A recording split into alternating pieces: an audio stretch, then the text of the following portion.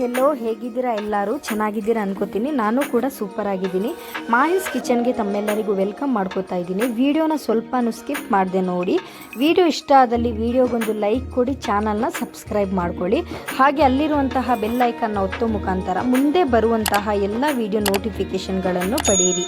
ಬನ್ನಿ ಸ್ನೇಹಿತರೆ, ನಾನಿವತ್ತು ನಿಮಗೆ ಮನೆಯಲ್ಲೇ ಸುಲಭ ರೀತಿಯಲ್ಲಿ ರಸಗುಲ್ಲನ ಹೇಗೆ ಮಾಡ್ಕೊಳ್ಬೋದು ಅಂತ ತೋರಿಸ್ಕೊಡ್ತಾ ಇದ್ದೀನಿ. ಬನ್ನಿ ವಿಡಿಯೋನ ಸ್ಟಾರ್ಟ್ ಮಾಡೋಣ. ನಾನಿಲ್ಲಿ ಒಂದು ಪಾತ್ರೆಯನ್ನು ತಗೊಂಡಿದ್ದೀನಿ ಹಾಲನ್ನ ಬಿಸಿ ಮಾಡ್ಕೊಳ್ಳೋಕ್ಕೆ.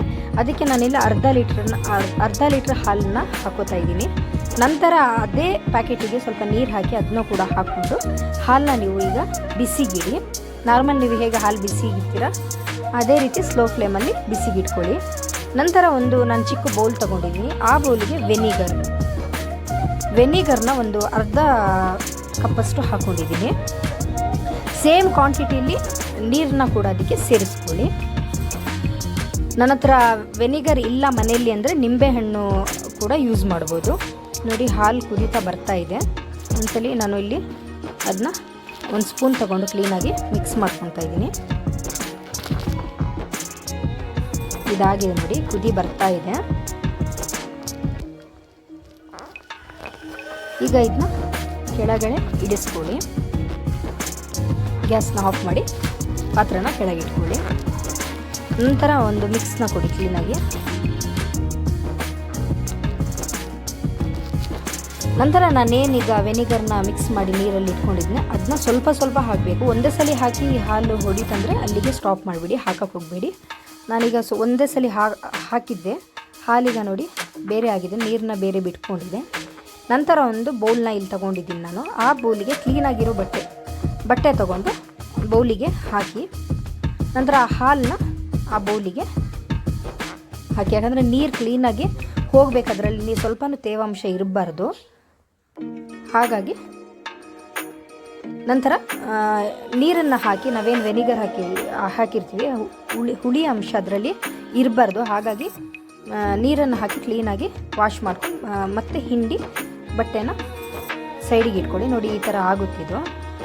ಸ್ವಲ್ಪನೂ ನೀರು ಉಳಿದಿರಬಾರ್ದು, ಚೆನ್ನಾಗಿ ಹಿಂಡಿ ತಗೊಳ್ಳಿ, ತೇವಾಂಶ ಇರಬಾರ್ದು. ಕ್ಲೀನಾಗಿ ಇದನ್ನ ಸ್ಮ್ಯಾಶ್ ಮಾಡ್ಕೊತಾ ಇದ್ದೀನಿ ನಾನು ಕೈಯಲ್ಲೇ. ನಂತರ ಒಂದು ಪ್ಯಾನ್ ಇಟ್ಟು ಆ ಪ್ಯಾನಿಗೆ 2 ಲೋಟದಷ್ಟು ನೀರು ಹಾಕಿದ್ದೀನಿ. ಒಂದು ಫುಲ್ ದೊಡ್ಡ ಕಪ್ಪಲ್ಲಿ ಶುಗರ್ನ ಹಾಕ್ಕೊಂಡಿದ್ದೀನಿ. ಇದನ್ನ ಕುದಿಯೋಕ್ಕೆ ಬಿಡಿ. ನಂತರ ಇದನ್ನ ಕ್ಲೀನಾಗಿ ಸ್ಮ್ಯಾಶ್ ಮಾಡ್ಕೊಳ್ಳಿ. ಉಂಡೆ ಆಗಬೇಕು, ಉಂಡೆಗಳು ಮುರಿದೋಗ್ಬಾರ್ದು. ಹಾಗಾಗಿ ಕ್ಲೀನಾಗಿ ಸ್ಮ್ಯಾಶ್ ಮಾಡ್ಕೊಳ್ಳಿ ಕೈಯಿಂದ ಈ ರೀತಿ. ನಂತರ ಇದು ಬೈಂಡಿಂಗೋಸ್ಕರ 1 ಟೇಬಲ್ ಸ್ಪೂನಷ್ಟು ಮೈದಾನ ಆ್ಯಡ್ ಮಾಡ್ತಾಯಿದ್ದೀನಿ. 1 ಟೇಬಲ್ ಸ್ಪೂನ್ ಹಾಕಿ, ಜಾಸ್ತಿ ಹಾಕಕ್ಕೆ ಹೋಗಬೇಡಿ. ಮೈದಾ ಇಲ್ಲ ಮನೆಯಲ್ಲಿ ಅಂದರೆ ಕಾರ್ನ್ಫ್ಲೋರ್ ಕೂಡ 1 ಟೇಬಲ್ ಸ್ಪೂನಷ್ಟು ಆಗುತ್ತೆ, ಅದೇ ಹಾಕ್ಕೊಳ್ಳಿ. ನೋಡಿ, ಇದಾಗಿದೆ, ಎಲ್ಲ ರೆಡಿಯಾಗಿದೆ. ಈಗ ಸ್ವಲ್ಪ ಸ್ವಲ್ಪ ತಗೊಂಡು ನಾನು ಇದನ್ನ ಉಂಡೆಗಳನ್ನಾಗಿ ಮಾಡಿ ಸೈಡಿಗೆ ಇಟ್ಕೊತೀನಿ. ನಿಮಗೆ ಎಷ್ಟು ದೊಡ್ಡ ಸೈಜ್ ಬೇಕೋ ಆ ಸೈಜಲ್ಲಿ ಮಾಡ್ಕೊಳ್ಳಿ. ನಾನಿಲ್ಲಿ ಚಿಕ್ಕ ಚಿಕ್ಕ ಸೈಜಲ್ಲಿ ಮಾಡಿದ್ದೀನಿ. ಸೈಜ್ ನಿಮಗೆ ಎಷ್ಟು ಬೇಕೋ ಆ ಸೈಜಲ್ಲಿ ನೀವು ಮಾಡ್ಕೋಬೋದು. ಎಲ್ಲನೂ ಕೂಡ ಮಾಡಿ ನಾನಿದು ಸೈಡಿಗೆ ತೆಗೆದಿಟ್ಕೊತೀನಿ. ಇದಾಗಿದೆ ನೋಡಿ ಈಗ. ನಂತರ ನಾನೇನು ಶುಗರ್ ಮತ್ತು ನೀರು ಹಾಕಿ ಕುದಿಯೋಕೆ ಇಟ್ಟಿದ್ದೆ, ಪಾಕ ಮಾಡೋಕ್ಕೆ ಇಟ್ಟಿದ್ದೆ, ಅದು ಕುದೀತಾ ಬರ್ತಾ ಇದೆ. ಅದಕ್ಕೆ 3 ಏಲಕ್ಕಿನ ತಗೊಂಡು ನಾನು ಸ್ವಲ್ಪ ಓಪನ್ ಮಾಡಿ ಹಾಕ್ತಾ ಇದ್ದೀನಿ.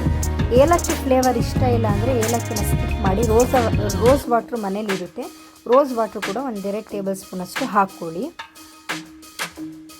ನಾನಿಲ್ಲಿ ಏಲಕ್ಕಿನ ತಗೊಂಡಿದ್ದೀನಿ. ನೋಡಿ, ಈಗ ನಾನೇನು ರೆಡಿ ಮಾಡ್ಕೊಂಡಿದ್ದೆ ಬಾಲ್ಸ್ನ ಅದೆಲ್ಲ ನಾನು ಅದಕ್ಕೆ ಹಾಕ್ತಾಯಿದ್ದೀನಿ. ಫ್ಲೇಮ್ ಹೈಯಲ್ಲೇ ಇರಲಿ, ಸ್ಲೋ ಮಾಡೋಕ್ಕೆ ಹೋಗಬೇಡಿ. ಈಗ ಇದನ್ನ 15 ನಿಮಿಷ ಫಾಸ್ಟ್ ಫ್ಲೇಮಲ್ಲೇ ಕುದಿಯೋಕ್ಕೆ ಬಿಡಿ, ಮುಟ್ಟಬೇಡಿ ಇದನ್ನ, ಮತ್ತು ಸ್ಪೂನ್ ಹಾಕಿಬಿಡಿ. ನೋಡಿ, 15 ನಿಮಿಷ ಕುದಿಯೋಕ್ಕೆ ಬಿಟ್ಟಿದ್ದೀನಿ. ಮೊದಲು ನಾನು ಹಾಕುವಾಗ ಯಾವ ಸೈಜ್ ಇತ್ತು, ಈಗ ನೋಡಿ ಸೈಜ್ನ ನೀವು ನೋಡ್ತಾ ಇರ್ಬೋದು. ಅದು ಕುದ್ದು ಅಲ್ಲಿ ಅದು ಸಕ್ಕರೆ ಪಾಕದಲ್ಲೇ ಸ್ವಲ್ಪ ಸೈಜ್ನ ದೊಡ್ಡದಾಗುತ್ತೆ. ಸೈಜ್ ದೊಡ್ಡದಾಗಿದೆ ನೋಡಿ, ಇದಾಗಿದೆ. ಈಗ ನಾನು ಗ್ಯಾಸ್ನ ಆಫ್ ಮಾಡಿ ಅದರಲ್ಲೇ ರೂಮ್ ಟೆಂಪ್ರೇಚರಲ್ಲೇ ತಣ್ಣಗಾಗ ಬಿಡ್ತಾ ಇದ್ದೀನಿ. ನೋಡಿ, ಈಗ ತಣ್ಣಗಾಗಿದೆ. ಇದನ್ನ ನಾನೀಗ ಬೌಲಿಗೆ ಸರ್ವ್ ಮಾಡ್ಕೊತಾ ಇದ್ದೀನಿ.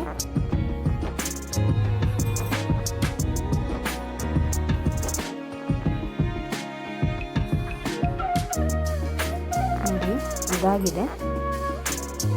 ಈಗ ನಾನು ಫ್ರಿಜ್ಜಲ್ಲಿ ಒಂದು 15ರಿಂದ 20 ನಿಮಿಷ ಇಟ್ಟಿದ್ದೀನಿ. ಇಟ್ಟಾಗಿದೆ ನೋಡಿ. ಈಗ ಹೇಗೆ ಜ್ಯೂಸಿಯಾಗಿ ಸ್ಪಂಜಿಯಾಗಿ ಬಂದಿದೆ ಅಂತ. ಚೆನ್ನಾಗಿರುತ್ತೆ, ಒಂದ್ಸರಿ ಟ್ರೈ ಮಾಡಿ.